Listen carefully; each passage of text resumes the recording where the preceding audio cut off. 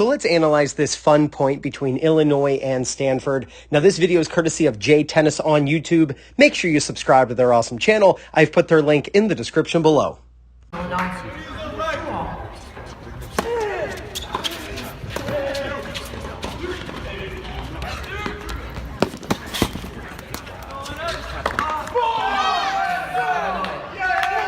All right, so we've got Illinois serving, and we have a great serve and volley technique. First, let's talk about the footwork when you serve and volley.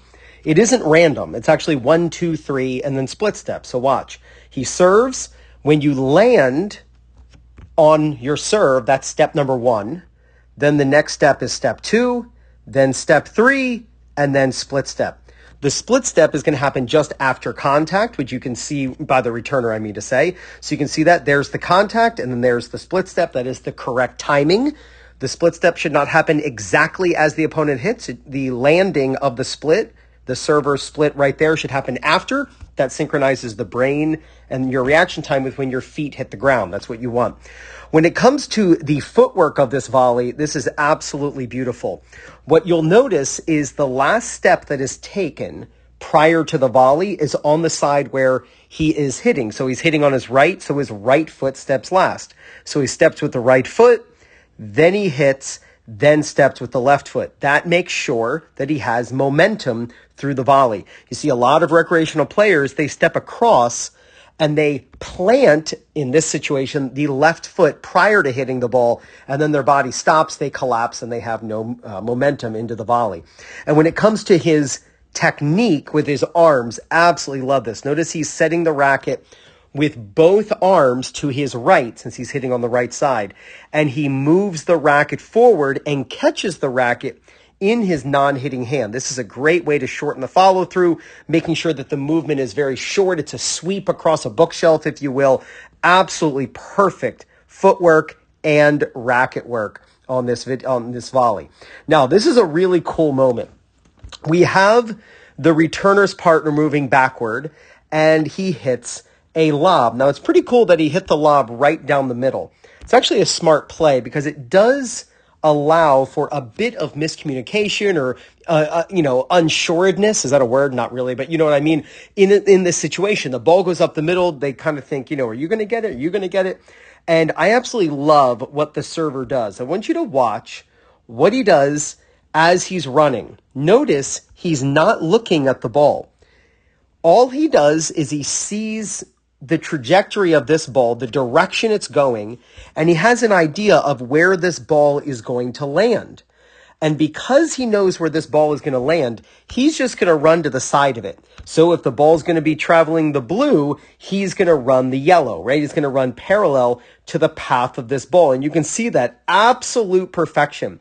A lot of times you see recreational players, they look up at the ball as they run, and as they're running back, they simply can't run as fast. So if you realize this ball is going over your head, especially because it's a topspin ball, so he knows when this ball hits the ground, it's going to not slow down as much. So he really needs to pump his arms. Notice he has a continental grip, which is really vital to being able to get this lob to go back over the net. But he is running really fast, doing everything he can to get back to this ball so he can lob this ball up. Now, let's start focusing on the other players. First off, the partner of the player who is lobbed and running this ball down, I love that he's moving back as well. You see this all the time. Recreational players at the net, one player goes back for the lob and the other player stays up at the net. You don't want to do that. If you're running back, your partner should go back as well. You want to move back as a team, and they both do that. In addition, look at the team who lobbed, Stanford.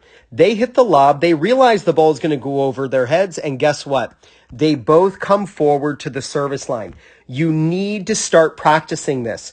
When you successfully lob in doubles and you've got the team switching, or just in this situation going back parallel, you can't stay at the baseline. You have to expect a lob, and you want to hit an overhead off that lob. And you do that by coming up to the service line. You can see that they both did that. Now, here's a really cool aspect about playing outdoors.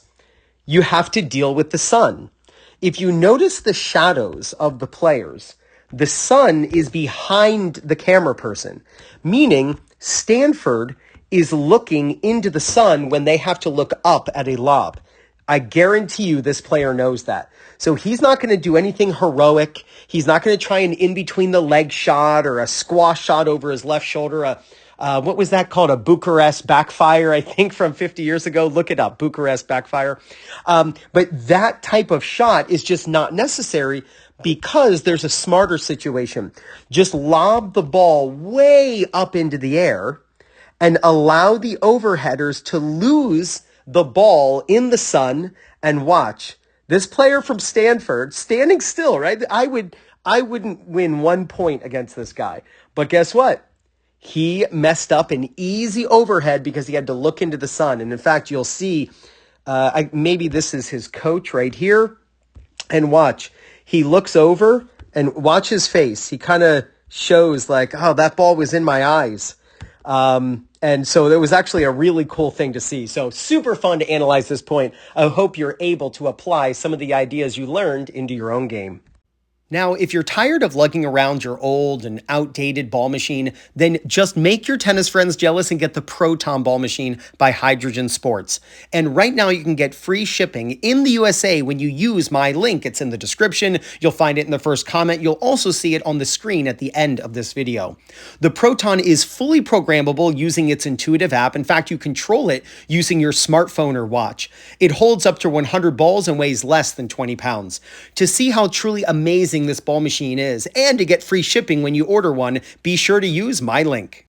So click right there to check out the Proton ball machine, and with that link, you're going to get free shipping. You work on your double strategy, and there's no doubt you're going to gain confidence, win more matches, and play much better tennis. This is Ryan Reedy from 2minutetennis.net. You got this.